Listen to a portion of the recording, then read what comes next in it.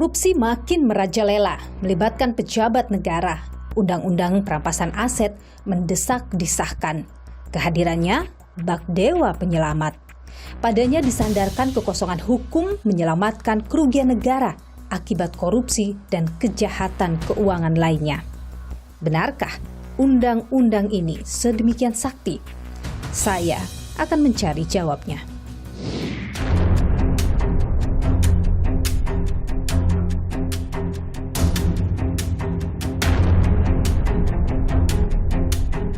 Mendorong agar RUU perampasan aset segera diselesaikan. Penting sekali. Undang-undang perampasan aset ini bisa memberi efek jera begitu baik kepada koruptor atau pelaku kejahatan keuangan lainnya? Bisa, karena motivasi manusia melakukan kejahatan kan mencari uang, mencari aset. Kalau asetnya dirampas, motifnya, niatnya jadi hilang. Karena poinnya adalah semua perampasan aset itu bisa dijalankan setelah ada putusan pengadilan. Kita nggak mau ketika proses menunggu putusan tadi itu ada cawe-cawe. Jadi ada potensi main mata Anda lihat? Betul. Saya terang-terangan ini. Gitu loh. Mungkin perampasan aset bisa, tapi harus bicara dengan para ketum partai. Dulu. Kalau selama ini muncul asumsi ada kekhawatiran ini dari para politisi terkait dengan undang-undang ini, tidak benar? Penerapannya harus hati-hati betul.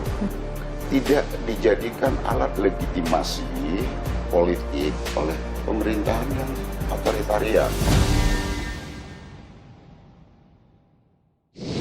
Rafael Alun Trisambodo, mantan pejabat di Direktorat Jenderal Pajak ini resmi ditetapkan tersangka oleh KPK dalam 2 perkara, gratifikasi dan tindak pidana pencucian uang TPPU.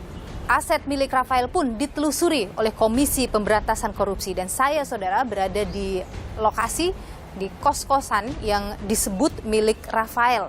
Dan saat ini juga ditelusuri oleh KPK apakah kos-kosan ini merupakan hasil dari tindak pidana pencucian uang atau TPPU oleh Rafael. Namun selain ini masih ada sejumlah properti lain yang tengah ditelusuri baik di Jakarta, Manado hingga Yogyakarta. Selain itu, saudara, aset lain berupa kendaraan yakni mobil Rubicon yang sempat viral dipamerkan Mario Dandi di akun media sosialnya juga tengah ditelusuri KPK. Ada pula perusahaan cangkang di luar negeri serta uang digital berupa Bitcoin. Pasca kasus Rafael, mata publik seperti terbuka akan banyaknya aparatur sipil negara berharta tak sesuai profil. Publik ramai-ramai menelisik laporan harta kekayaan pejabat negara dan mempertanyakan sumber kekayaannya. Diketahui pula berdasar laporan PPATK banyak transaksi janggal yang diduga merupakan tindak pidana pencucian uang. Namun LHKPN saja tak cukup, perlu payung hukum lebih. Oleh sebab itu, RUU perampasan aset disebut mendesak untuk disahkan. Menko Polhukam Mahfud MD dalam rapat dengar pendapat di DPR Maret silam meminta DPR memprioritaskan undang-undang ini. Sulit memberantas korupsi itu.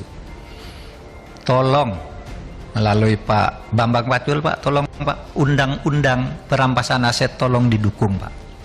Biar kami bisa ngambil begini-begini nih, Pak. Presiden Jokowi pun berulang kali menegaskan agar RUU perampasan aset ini segera disahkan. Urgensi ini dipertegas dengan ditandatanganinya Surpres atau Surat Presiden tentang rancangan Undang-Undang Perampasan Aset. Surpres ini telah sampai di DPR 4 Mei lalu untuk segera dibahas. Kita terus mendorong agar RUU perampasan aset itu segera diselesaikan. Penting sekali undang-undang ini, penting sekali. Saya sudah sampaikan juga kepada DPR, kepada kementerian yang terkait dengan ini, segera selesaikan. Disebut menjadi angin segar aset recovery terhadap hasil kejahatan yang merugikan negara. Lantas seperti apa isi dari rancangan Undang-Undang Perampasan Aset ini, saudara? Saya ajak Anda melihat sejumlah pasal penting dalam RUU ini. Di pasal 2 rancangan Undang-Undang Perampasan Aset Tindak Pidana ini disebutkan bahwa perampasan aset berdasarkan undang-undang ini tidak didasarkan pada penjatuhan pidana terhadap pelaku tindak pidana. Dalam pasal 3 ayat 1 disebutkan bahwa perampasan aset nantinya tidak akan menghapuskan kewenangan penuntutan terhadap pelaku tindak pidana. Lalu soal aset yang dapat dirampas disebutkan dalam pasal 5 ayat 2, yakni aset yang tidak seimbang dengan penghasilan atau sumber penambahan kekayaan yang tidak dapat dibuktikan asal-usul perolehannya secara sah.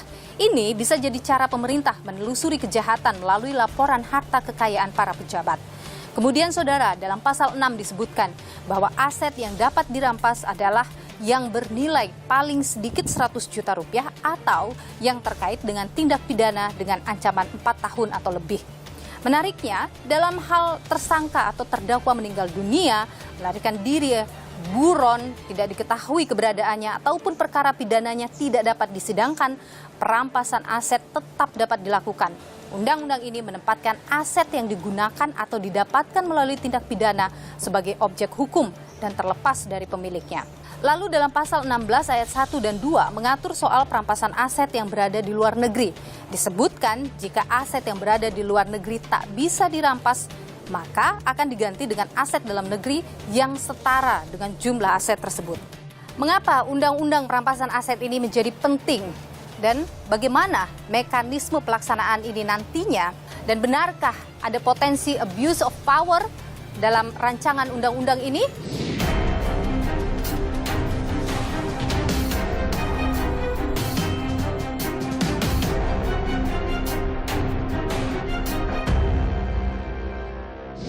Kemenko Polhukam bersama dengan Kemenkumham, Polri dan juga Kejaksaan Agung ditugaskan oleh Presiden untuk membahas RUU perampasan aset, saudara. Lantas seberapa mendesaknya undang-undang perampasan aset ini untuk disahkan? Kita bahas bersama dengan Yunus Hussein, perumus naskah akademik RUU perampasan aset 2003. Pak Yunus, terima kasih sudah bersama Nilu, Pak. Sehat selalu. Terima kasih. Ya. Jadi Pak Yunus, seberapa penting sebenarnya RUU perampasan aset ini? Jadi ini kan itu kita buat sejak tahun 2008 dulu. Itu saya masih di PPATK, kita buat naskah akademis, kita buat draft RUU-nya, kemudian pendekatan ke berbagai instansi ya, setelah bahas bersama mereka.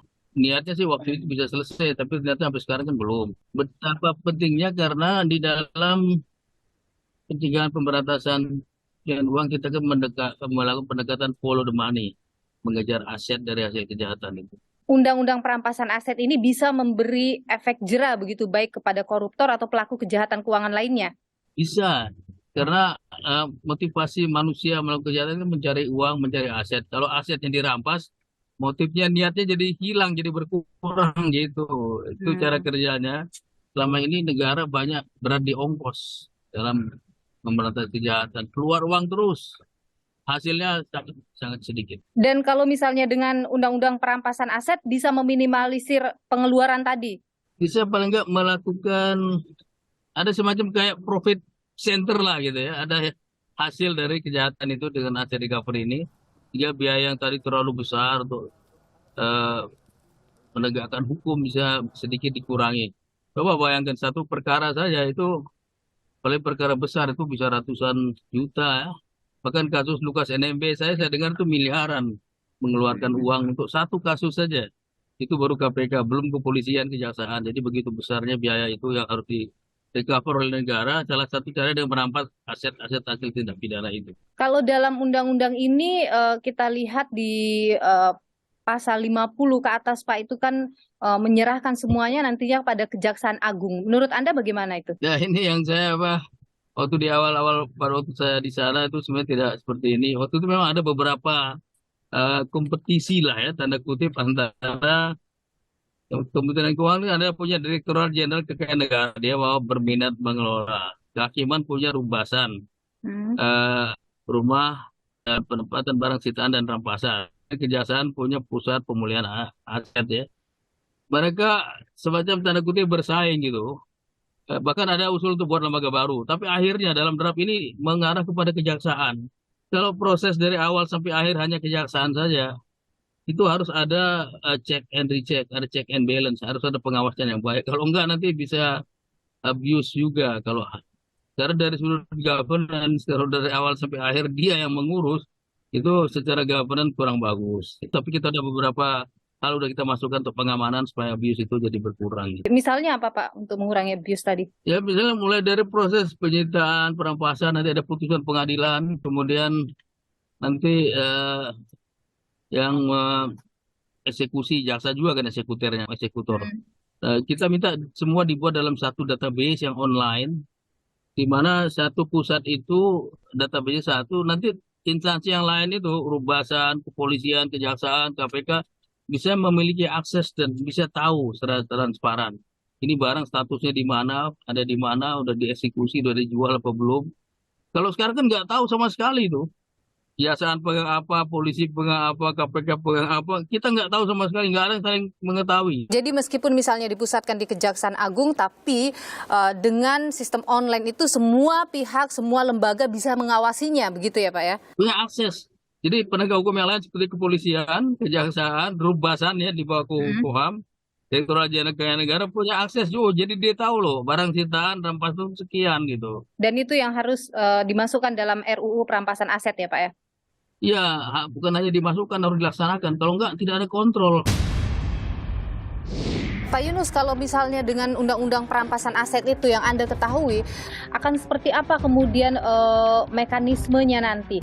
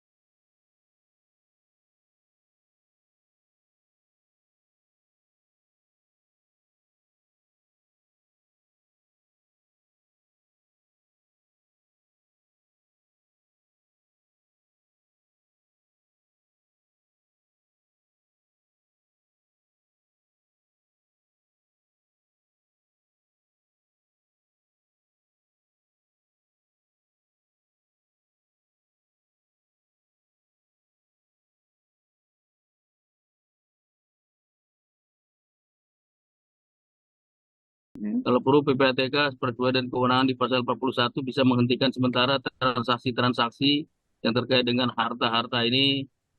Kemudian setelah dilakukan pemberkasan, dibawalah ke pengadilan. Pada umumnya, yang dapat dimohonkan itu adalah kalau si tersangkanya itu melarikan diri ya, buron, atau tersangkanya meninggal, atau tersangkanya tidak dapat dieksekusi. Ini salah satu alasan untuk mengajukan permohonan yang namanya non-conviction based asset forfeiture, menyita aset tanpa menghukum pelakunya. Jadi pendekatannya berbeda dengan pendekatan konvensional nih.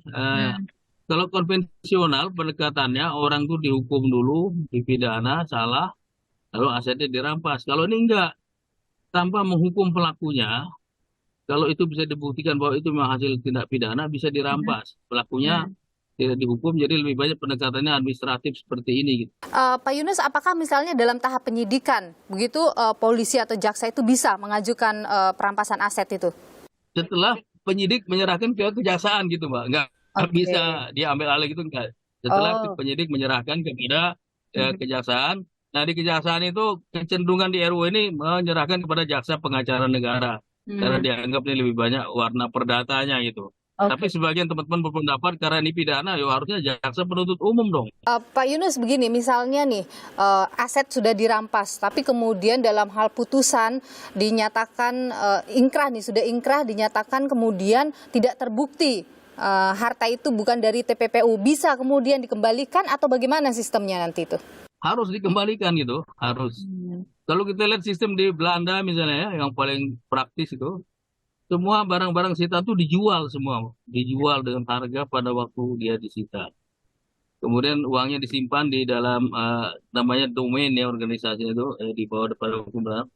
taruh di sana. Kalau putus perkaranya, dia tidak dihukum, dia dikembalikan dalam bentuk uang hasil barang tadi. Jadi harusnya dikembalikan kalau dia tidak bersalah. Pak Yunus, ada juga pertanyaan begini, kan selama ini kesulitan adalah repatriasi untuk aset yang berada di luar negeri. Nah, bagaimana di RUU perampasan aset yang sekarang ini mengatur soal itu?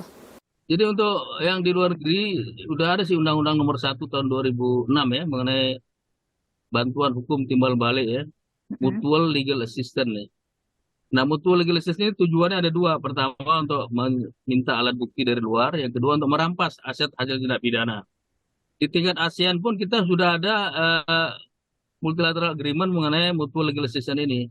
Jadi kalau aset-aset itu ada lari ke luar negeri, kita bisa minta bantuan ke penegak hukum di luar melalui central authority kita, misalnya ada di Kementerian Hukum dan HAM, atau melalui agensi itu agensi, antara jaksa sini dengan jaksa sana, antara KPK Indonesia dengan KPK Singapura, KPK Malaysia, itu bisa. Artinya kita harus memperkuat juga ya Pak kerjasama internasional ini untuk bisa memaksimalkan tadi aset di luar negeri itu. Itu harus membuat MLA yang banyak, kita kurang banyak terus terang saja. Kalau kita menerjemahkan pasal 2-nya, perampasan aset berdasarkan undang-undang ini tidak didasarkan pada penjatuhan pidana terhadap pelaku tindak pidana. Bagaimana itu, Pak? Ya, jadi kalau dalam sistem yang konvensional yang berlaku sekarang ya, itu namanya in personam ya. Sesuai dengan pasal 183 KUHP, hakim kalau ingin menghukum seseorang, dia harus yakin itu pertama bahwa berada dua alat bukti yang sah, memang ada tindak pidana dan si terdakwa yang melakukan. Dihukumlah sih oleh si terdakwa oleh hakim. Setelah dihukum, barang-barang bukti yang disita oleh penyidik lalu ditentukan status oleh hakim dirampas untuk negara. Jadi menghukum orang salah baru merampas hasil tindak pidana. Kalau dalam RU kita ini, Mbak, itu pendekatannya banyak non-conviction based. Orangnya tidak dihukum, mungkin dia meninggal, dia tidak dapat diikuti karena susah, asetnya saja yang dirampas untuk negara. Itu maksudnya. Jadi namanya in rem forfeiture ya. Nah, negara berperkara dengan aset, negara tidak berperkara dengan pelakunya, manusianya. Jadi manusianya nggak dihukum dulu, tapi langsung asetnya yang dirampas dulu. Oke. Baik, aset yang didapatkan karena hasil tindak pidana, begitu ya Pak ya? Iya, ya. Ya, jadi aset yang jadi objek dari perkara ini, subjeknya lagi menghilang, lagi buron atau lagi meninggal gitu. Undang-undang perampasan aset ini, apakah harus ada putusan pengadilan dulu, baru kemudian aset dirampas, atau tidak ada putusan pengadilan pun aset bisa dirampas? Tidak bisa kalau tidak ada putusan pengadilan. Jadi selalu harus ada putusan pengadilan atas dasar permohonan dari kejaksaan ya. Baru ditetapkan dirampas untuk negara, dieksekusi oleh jaksa. Jadi nggak ada yang tanpa putusan pengadilan. Mereka dikasih kesempatan untuk membantah. Pihak ketiga yang beretikat baik, ada yang berkepentingan bisa mengajukan bantahan pada proses pengadilan. Oke. Dan itu untuk pidana apa saja, Pak? Ada, tapi nggak dieksekusi begitu. Pidana apa saja memang di sana kan diatur juga, ada batasan jumlah juga. Waktu yang lalu kita usahakan misalnya pidana yang ancaman hukumannya 4 tahun atas. Karena menurut konvensi Palermo Convention ya, konvensi internasional itu dianggap serious crime, tidak pidana berat kalau 4 tahun. Kemudian jumlahnya kita batasi 100 juta waktu itu ya. Baik. Kenapa 100 juta ya? Jangan kecil-kecil, nanti yang disita misalnya dalam kasus narkotik banyak disita asbak misalnya. Buat apa kita barang-barang kecil ngerepotin gitu? Ada nilai yang signifikan lah gitu. Baik.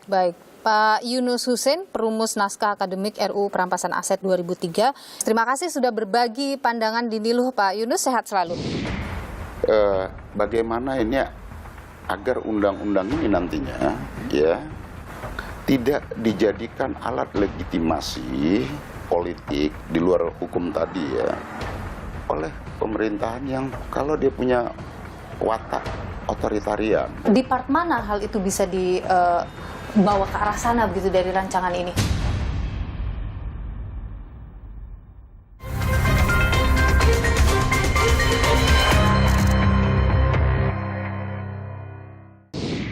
DPR tengah jadi sorotan pasca pernyataan dari Ketua Komisi 3 DPR, Bambang Wuryanto atau Bambang Pacul, soal lambatnya pembahasan RUU perampasan aset. Tolong dong, undang-undang perampasan aset dijalanin. Lobbynya jangan di sini, Pak. Ini Korea ini semua menurut bosnya masing-masing. Di sini boleh ngomong galau, Pak. Bambang Pacul ditelepon, Ibu Pacul berhenti, stop. Lantas saudara, bagaimana tanggapan sejumlah anggota DPR Komisi 3 terkait dengan rancangan Undang-Undang Perampasan Aset ini? Berikut kami hadirkan tanggapan dari sejumlah anggota Komisi 3 DPR RI. Sejak awal fraksi Nasdem tidak pernah menolak dan kita dapat memahami kebutuhan akan adanya RUU perampasan aset ini. Dan saya berharap pembahasannya didasarkan pada perdebatan-perdebatan hukum, fair trial dijalankan. Kami tidak berharap RUU ini menjadi RUU yang kemudian menjadi alat untuk kesenangan-wenangan. Ya, dari awal fraksi PPP setuju kalau ada undang-undang perampasan aset. Ketika saya yakin seluruh fraksi pada akhirnya akan setuju dalam arti kita bahas. Tentu membahas itu tidak boleh gerusa-gerusu, nggak boleh kesusu juga ya. Rancangan undang-undang perampasan aset dalam pandangan saya harus terukur dan teratur. Ini juga aspek integritas aparat penegak hukum. Sehingga kemudian rancangan undang-undang perampasan aset ini benar-benar bisa menjamin ya kepemilikan harta benda seseorang. Jangan sampai kemudian RUU perampasan aset menjadi RUU perampokan aset. Lantas bagaimana saudara komitmen DPR untuk mengesahkan rancangan Undang-Undang Perampasan Aset yang disebut mendesak ini? Saya akan bertemu dengan anggota Badan Legislasi DPR dari fraksi PDIP, Masinton Pasaribu. Ikuti saya.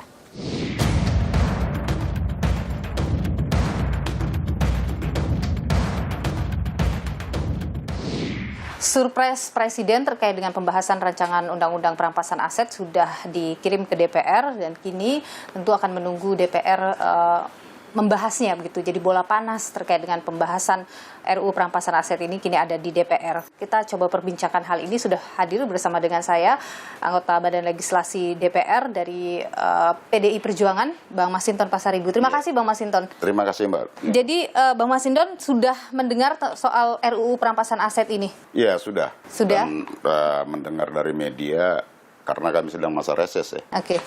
Bahwa Presiden sudah kirimkan surprise-nya ke DPR agar dilakukan pembahasan pemerintah bersama-sama dengan DPR. Setelah surprise dikirim, berapa lama kemudian hal itu bisa dibahas? Ya tentu nanti kami bersidang minggu depan, itu akan diumumkan surat tersebut. Nanti Badan Musyawarah DPR akan menugaskan kepada alat kelengkapan Dewan untuk melakukan pembahasan-pembahasan bersama dengan pemerintah. Bisa di Badan Legislasi atau di komisi terkait. PDIP adalah partai pendukung pemerintah. Ya. Pak Jokowi sudah menyatakan segera dong, karena ini sangat penting gitu. Tapi posisi PDIP sebenarnya seperti apa terhadap undang-undang atau rancangan undang-undang perampasan aset ini?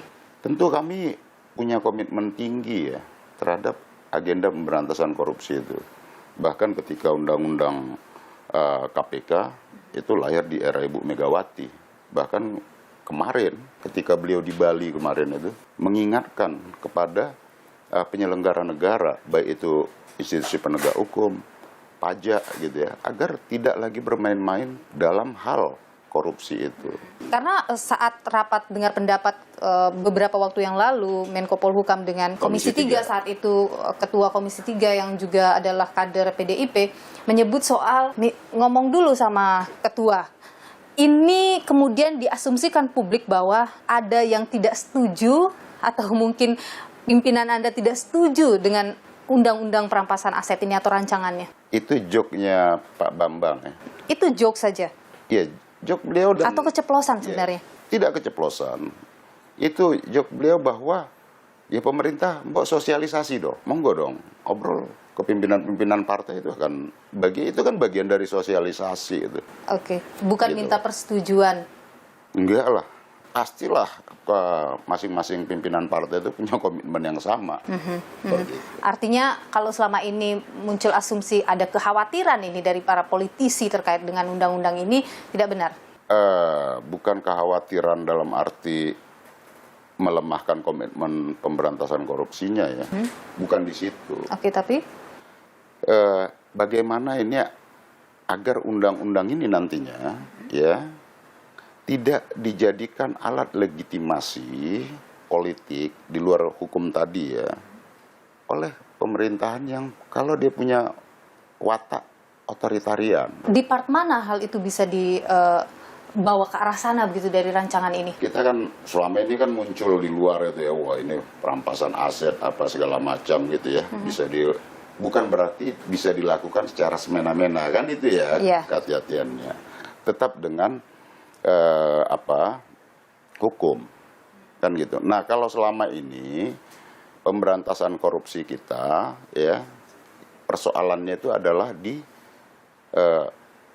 pengembalian aset. Iya betul. Nah jadi umpama orangnya meninggal dunia, tapi diduga ya ada aset yang diduga berasal dari tindak pidana dan kemudian karena sudah meninggal ya berhenti perkaranya. Nah, rancangan undang-undang perampasan aset dari hasil tindak pidana ini diharapkan nanti bisa melakukan pemblokiran, penyitaan, yang tentu diawali dengan investigasi. Ya. Nah itu kan bagus ya? Bagus. Oke, nah apa yang dikhawatirkan dari situ? Bagaimana itu bisa Anda sebutkan tadi mungkin akan bisa dijadikan celah untuk lawan politik misalnya? Bagaimana itu bisa dalam aspek penerapan tentunya? Di penerapannya? Iya, penerapannya harus hati-hati betul. Jangan sampai kemudian ya tanpa proses hukum kemudian lakukan penyitaan gitu ya. Artinya bukan hanya terhadap korupsi loh. Betul.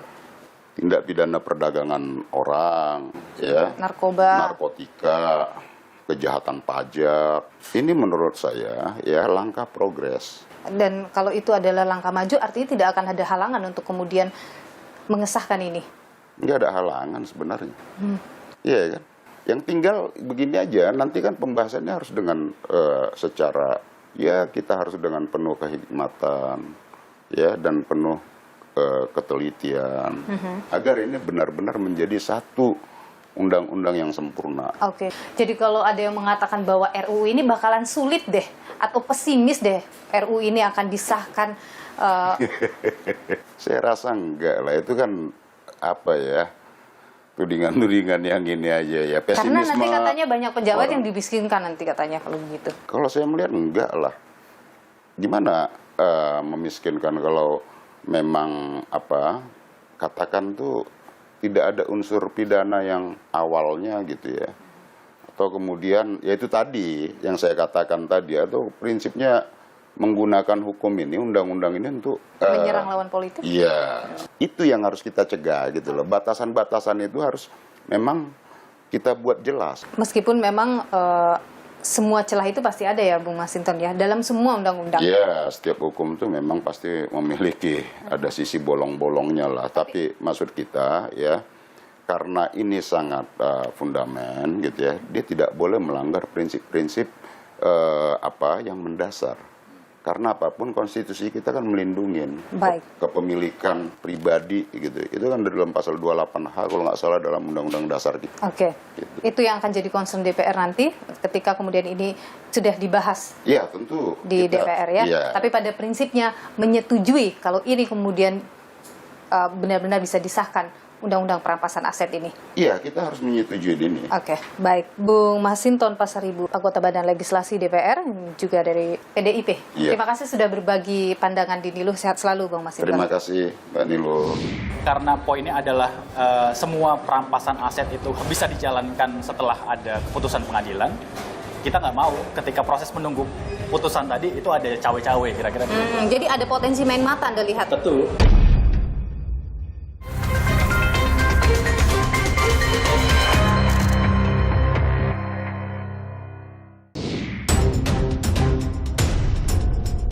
Terkait dengan RAT, dia sebagai tersangka gratifikasi. Mendorong agar RUU perampasan aset segera diselesaikan. Kalau cipta kerja aja kita maksudkan kegentingan yang memaksa, Mengapa tidak perampasan aset ini kegentingan yang memaksa? Kalau dia juga serius undang-undang perampasan aset, pasti jadi, Pak.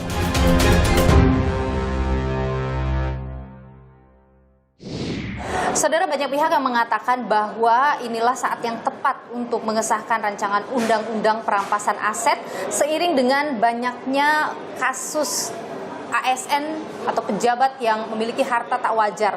Termasuk juga ada banyak kasus korupsi di badan usaha milik negara. Benarkah undang-undang perampasan aset sedemikian urgennya dibutuhkan oleh negara ini? Kita coba perbincangan hal ini bersama dengan peneliti dari Transparansi Internasional Indonesia, Alvin Nikola. Mas Alvin, terima kasih sudah bersama dengan Nilo, sehat selalu. Jadi Mas Alvin, kalau Anda melihat memang sangat mendesak kebutuhan akan undang-undang perampasan aset ini? Iya, saya kira kita hampir nggak punya alasan, Pak, untuk menunda pembahasan dari rancangan undang-undang ini. Pertama, sebenarnya karena setiap tahun kita hampir kehilangan 40.000 triliun akibat praktik korupsi itu sendiri. Persoalannya nggak nyampe tuh 10% uang itu balik. Jadi artinya kita rugi 2 kali, Mbak. Udah dikorupsi, kemudian uangnya juga nggak balik. Nah, artinya kemudian di situ ada problem di soal instrumen, soal pemulihan aset itu sendiri. Sehingga kita mau bilang bahwa instrumen existing saat ini nggak cukup bisa atau nggak cukup mumpuni untuk bisa merespon kebuntuan hukum tadi. Okay. Nah, yang kedua, bicara juga soal pendekatan yang udah lama, yang udah kita anut, yaitu follow the person itu sendiri, yang sebenarnya udah nggak efektif lagi gitu. Jadi kalau kita saat ini bilang, memang sebenarnya sudah ada undang-undang TPPU yang memang ngatur soal pelacakan aset. Tapi kan kemudian persoalannya itu hanya bisa sampai ke penghentian transaksi sementara. Merampas itu tidak bisa. Anda sudah membaca draftnya, Mas, yang beredar sekarang ini? Sudah. Ada poin yang Anda garis bawahi begitu terkait dengan di situ? Itu yang menarik, Mbak. Saya kira yang paling penting sebenarnya draftnya ini tidak ada perubahan signifikan ya dari draft terakhir di tahun 2015. Yang kita harap sebenarnya draft ini harus setidaknya memuat 3 hal penting ya. Satu itu soal memperluas legal avenue-nya. Jadi artinya dia tidak hanya sekarang kan hanya soal pidana saja gitu. Jadi harus membuktikan pidana asal. Tapi kemudian kalau tidak ada pidananya kita bingung gitu. Nah, sekarang harapannya undang-undang ini harus memuat itu soal pelacakan non pidana. Oke. Nah, yang kedua, Anda baca ada itu? Sementara ada. Nah, yang kedua, poin kedua sebenarnya ada bicara soal illicit enrichment ya. Nah, ini yang saya kira juga urgent saat ini. Karena sementara di Undang-Undang Tipikor maupun Undang-Undang TPPU kita itu hanya terbatas ya. Jadi hanya bicara soal kewenangan negara untuk penghentian transaksi, tapi kemudian soal perampasannya itu sendiri itu belum cukup termuat. Nah, yang terakhir sebenarnya soal perluasan subjeknya, Mbak. Jadi kalau selama ini mungkin bicara soal TPPU ataupun yang lainnya, biasanya bicara soal pejabat publik aja gitu yang bisa ditelusuri. Tapi kita harap sebenarnya ke depan di RUU ini harus juga perluasan, nggak hanya soal pejabat publik, tapi mungkin juga teman-teman kita atau aktor-aktor di level swasta yang selama ini juga dalam tanda kutip memanfaatkan kebolongan instrumen ini sendiri. Tapi Mas, ada juga kekhawatiran bahwa jangan sampai ini justru menjadi abuse of power penegak hukum. Iya, tentu sebagai sebuah produk legislasi kemungkinan itu pasti ada ya. Tapi saya kira yang poin penting yang harus kita kawal bersama sebenarnya ada 2 hal. Satu tadi soal relasi antar penegak hukum. Nah, ini saya kira yang belum tergambar secara jelas dalam RUU sekarang, dan harapan saya di dalam pembahasan di DPR itu bakal diperjelas gitu ya. Jadi artinya memang ada kewenangan super besar di kejaksaan di RUU sekarang, karena dia juga dimandatkan untuk mengelola aset yang besar banget begitu. Nah, di sana sebenarnya belum tergambar lihat bagaimana relasinya dengan penegak hukum yang lain. Apa yang Anda khawatirkan soal relasi tadi itu? Ya tentu karena poinnya adalah semua perampasan aset itu bisa dijalankan setelah ada keputusan pengadilan. Kita nggak mau ketika proses menunggu putusan tadi itu ada cawe-cawe kira-kira. Jadi ada potensi main mata Anda lihat? Betul, poinnya di situ. Besar Makanya potensi kemudian, itu? saya kira itu harus diatur dalam hukum acara sebenarnya. Yang itu sebenarnya saya kira di beberapa pasal sudah cukup disinggung lah kira-kira, hanya perlu dipertegas. Nah, lainnya sebenarnya juga bicara soal tadi ya, pengelolaan aset ya. Karena kita tahu yang paling menjadi tantangan dari pengelolaan aset adalah menjaga valuasinya itu tetap stabil gitu ya. Menurut Anda apa yang harus dilakukan untuk menjaga tadi itu, valuasi tadi? Iya, satu sebenarnya penguatan badan ya. Saya kira mandat Undang-Undang Kejaksaan baru soal pendirian badan perampasan aset ya dalam kejaksaan itu harus didukung sebenarnya, karena nggak hanya bicara soal kemampuan perampasannya, tapi juga tadi ya menjaga valuasi aset. Salvin, dalam catatan Anda banyak negara yang sudah menerapkan ini dan berhasil mengembalikan kerugian negara dengan nilai yang besar. Praktik baiknya sebenarnya ada di beberapa negara ya, tapi satu poin penting yang perlu digarisbawahi, instrumen perampasan aset biasanya digunakan sebagai pelengkap ataupun sarana untuk mengoptimalkan instrumen lain yang sudah ada. Jadi harusnya konteks itu kita bisa dudukkan dalam hal untuk mengoptimalisasi undang-undang tipikor kita dan juga undang-undang TPPU. Oke, jadi penyokong lah sebenarnya. Betul. Dan biasanya negara-negara yang punya undang-undang yang super komprehensif seperti itu, nilai indeks persepsi korupsinya juga baik. Mas Alvin Nikola, peneliti dari Transparency International Indonesia, terima kasih sudah berbagi pandangan di Nilu. Sehat selalu Mas Alvin. Terima kasih. Mudah-mudahan masa sidang yang akan datang sudah bisa mulai dibahas agar kita bisa segera membuat para pelaku tindak pidana dan terutama koruptor, itu kan koruptor itu hanya takut miskin, bukan takut dihukum. Kalau ada undang-undang perampasan aset ini, insya Allah.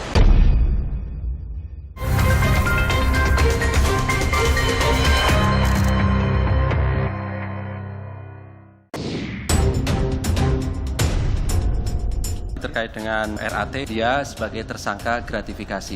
Mendorong agar RUU perampasan aset segera diselesaikan.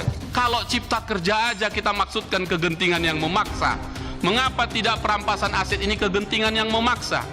Kalau dia juga serius undang-undang perampasan aset, pasti jadi, Pak.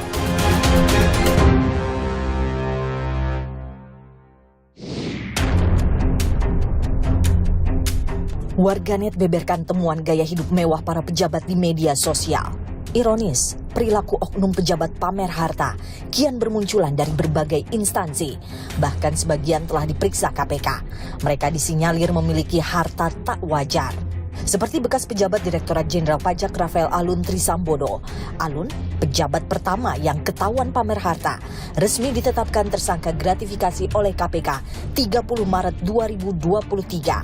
2 bulan kemudian, 10 Mei 2023, Rafael kembali jadi tersangka. Kali ini atas tindak pidana pencucian uang. Tak hanya ASN, praktik korupsi dan tindak pidana pencucian uang marak terjadi dalam perusahaan BUMN.